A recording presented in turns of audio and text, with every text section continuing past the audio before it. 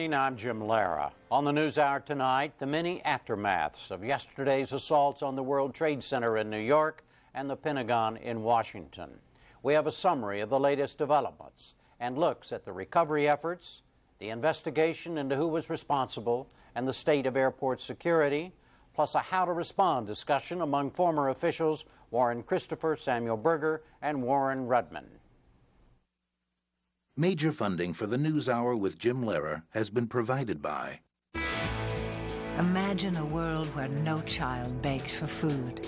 While some will look on that as a dream, others will look long and hard and get to work. ADM, the nature of what's to come.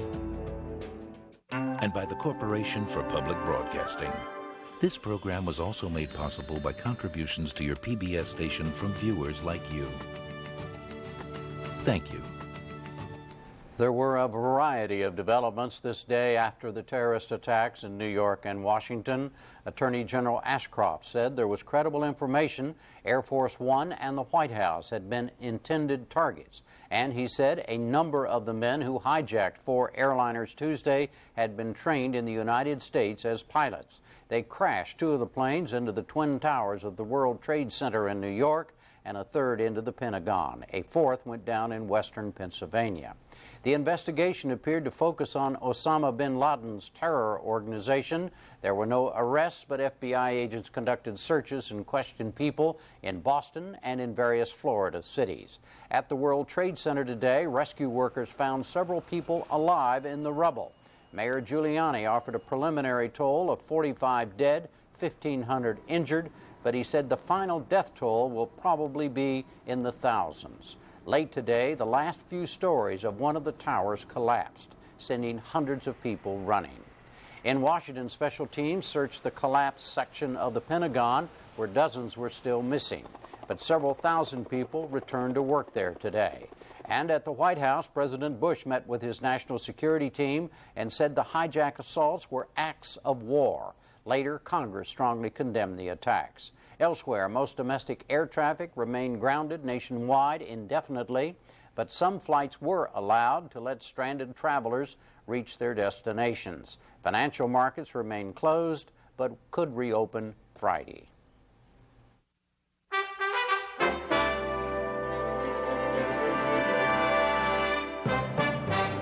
Now to the details, beginning with 2 reports from New York City. The first, narrated by Spencer Michaels. Massive rescue and recovery efforts continued through the night and this morning in Lower Manhattan, the area that had been home to the World Trade Center only yesterday. More than 1,000 relief crews tried to clear away tons of debris and rubble from the site of the attack, often by hand. New Yorkers awakened to a changed and eerie skyline, one still clouded with dust and smoke from the smoldering ruins. Just offshore, the aircraft carrier USS George Washington was in place to provide air defenses in the skies over New York City should they be needed. Satellite photos revealed the big picture of damage and smoke at Ground Zero. On the ground, the scene included broken girders of buildings, once among the tallest in the world. Buses and rescue vehicles destroyed. A girl's doll lying on the street. Clothing racks covered with dust. Throughout the night, crews worked to pull out victims trapped underneath. Thousands remain missing, including at least 202 firefighters and 259 police and other city workers. New York Governor George Pataki expressed thanks to the rescuers. Mayor, your police and fire not only were heroes at the beginning, but they're still heroes. They're down there under enormous personal strain and risk. I saw them at the Ground Zero while a high-rise was on fire right across the street that could have collapsed, and they are risking their lives to try to save their friends and their colleagues and the New Yorkers who are still trapped. Meanwhile, city officials still did not have an estimate of the number of people killed, but Mayor Rudolph Giuliani said the numbers would be staggering. Building number 2 had a chance to clear out. A lot of people probably cleared out of building number 2. Building number 1 had some time to clear out, but there were areas of it that were affected. The best estimate that we can make, relying on the Port Authority and just everyone else that has experience with this, is that there'll be a few thousand people left in each building. Officials with the Federal Emergency Management Agency explained today why it was taking so long to recover the bodies and how that compared with the bombing in Oklahoma City. Oklahoma City, for that small structure, went 15 days. So you can imagine we're going to be in a long, sustained operation. Now, the difference is New York City has a tremendous capability, 14,000 firefighters and paramedics. So that's also in the equation, but I think that we're looking at least a 30 to 60-day operation. With the exception of relief workers, Manhattan's Lower West Side was shut down today. All of the financial markets were closed for a second straight day as well. The mayor encouraged the rest of the city to try to return to some semblance of a normal day. The task of rebuilding New York's savage skyline and its crippled financial district, the world's economic nerve center, was a major concern to the mayor. There's no question we're going to rebuild. I can't say that we know the exact nature yet of how we're going to do that. The skyline will be whole again. Exactly, what will be there, I think we have to leave to giving some people some time to consider it and to think about it. And also, the reality is that the people in New York City are going to be whole again. We're going to rebuild. We're not only going to rebuild, we're going to come out of this stronger than we were before. And in addition to having wonderful people in New York, as the governor indicated, we also have the strongest business community of any place in the world. And then we're going to call upon them, and we're going to need their help. But we're going to come out of this emotionally stronger, politically stronger, much closer together as a city, and we're going to come out of this economically stronger, too. Late today, the few stories of the South Tower of the World Trade Center that remained began to collapse. Rescue workers were told to leave quickly, and another nearby building, One Liberty Plaza, was also threatening to come down. Now, a report from Ray Suarez on the ground in New York City. While crews struggled to bring order out of the chaos at the scene of the attack, in other parts of New York, the attention turned to treating the hurt, searching for the missing, and processing the dead. A day and a half after the terrorists struck, there was still relatively little known about the human cost of the crime. You want to come and speak to somebody? I did already. Okay. Outside the New School University in New York's Greenwich Village, a line stretched for a block. St. Vincent's Hospital, one of the main trauma centers in Lower Manhattan, set up an information clearinghouse, a unified database with all the news of the wounded admitted to area hospitals. John Castro's helping his son look for his fiancée.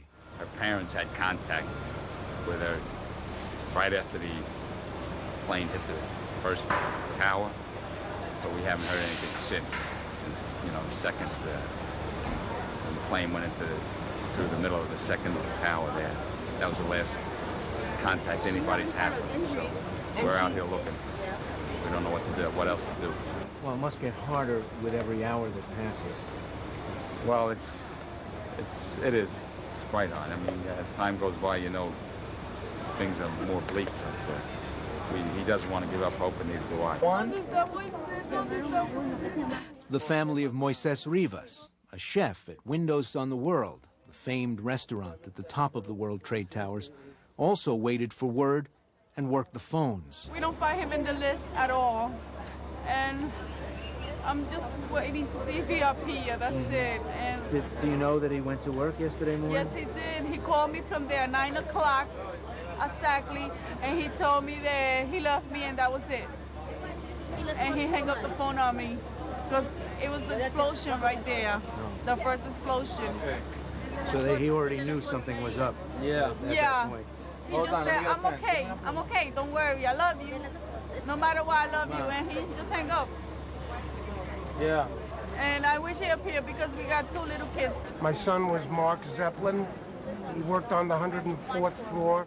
Desperately holding on to scraps of hope and fighting to maintain composure, brothers and sisters, husbands and wives tell anyone who listen about who they're looking for. If anybody sees him or knows anything, his name is Andrew Stern.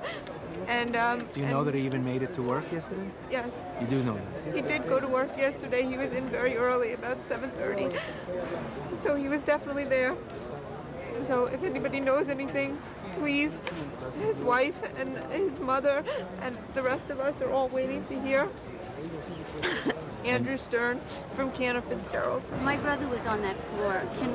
I have a brother also that's missing. Okay. He's Robert Slewack's wife, Susan. They're from Long Island. Their number there is 516-783-8244.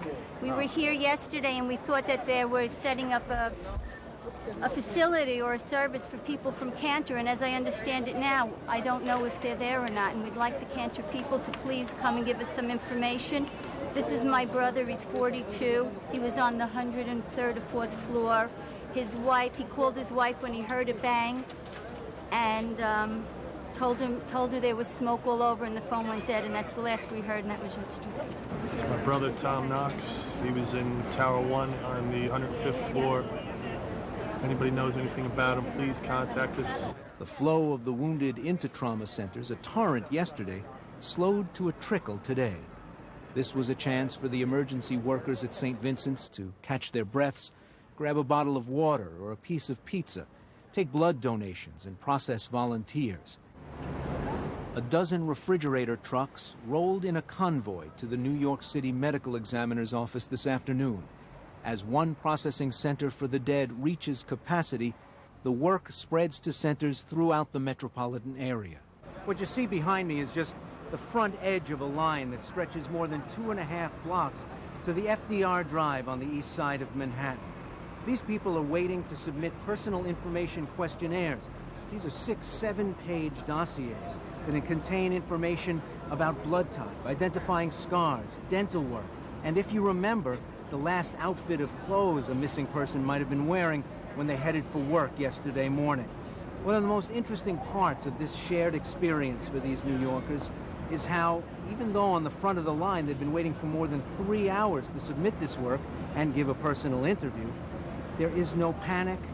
There's very little in the way of acting out or the tears. It's deadly calm back on that street. People have very serious work to do.